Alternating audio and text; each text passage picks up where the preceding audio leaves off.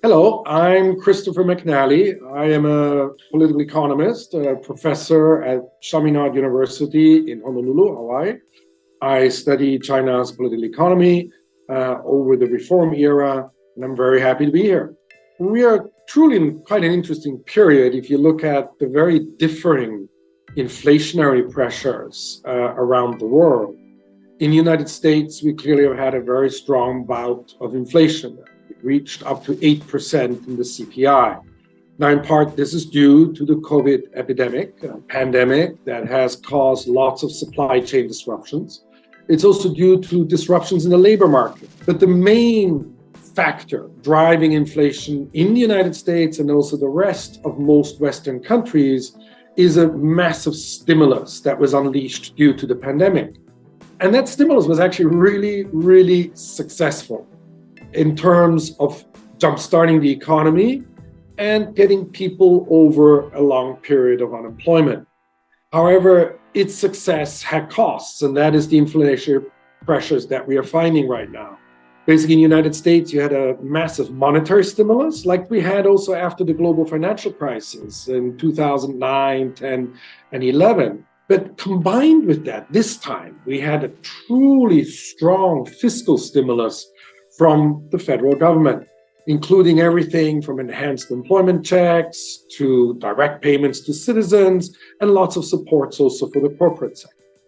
China, although also facing some very dire economic situations due to the pandemic, did never unleash such a strong stimulus. They have continued to invest in infrastructure and used mainly their banking system, which is majority state-owned, to unleash this effect. But right now, if you look at China, there's virtually no inflation. CPI is hovering around 1%, and the Chinese economy itself is actually facing, after kind of a slight bump when the restrictions, the zero COVID restrictions were lifted, the Chinese economy now is actually facing a slowdown.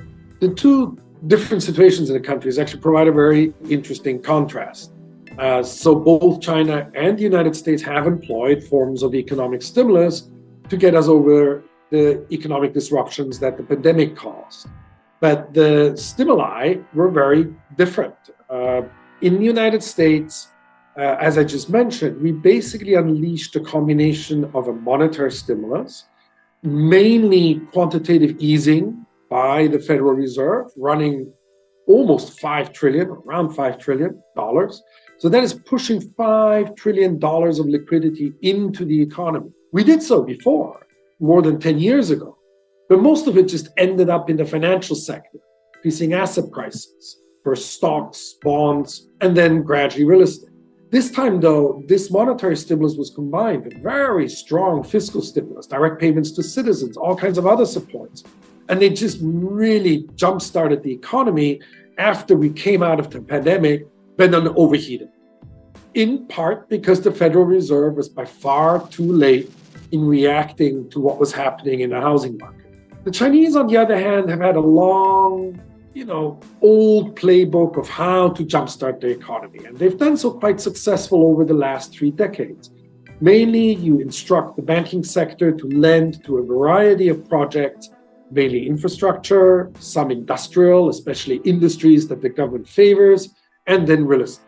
But that playbook is changing, mainly because real estate in China just has run out of steam. The government has actually counteracted real estate development by restricting finance, access to finance for real estate developers, especially some of the highly leveraged private ones. And at the same time, industrial development, even though there's a lot of money flowing into things like solar panels and large new green energy generation capacities, as well as some old infrastructure, bridges, high-speed rail, etc., it's not enough to kind of push the economy as much as they did 10 years ago. So what I would recommend is that the Chinese take a bit of a playbook out of the United States and start to consider direct payments to citizens.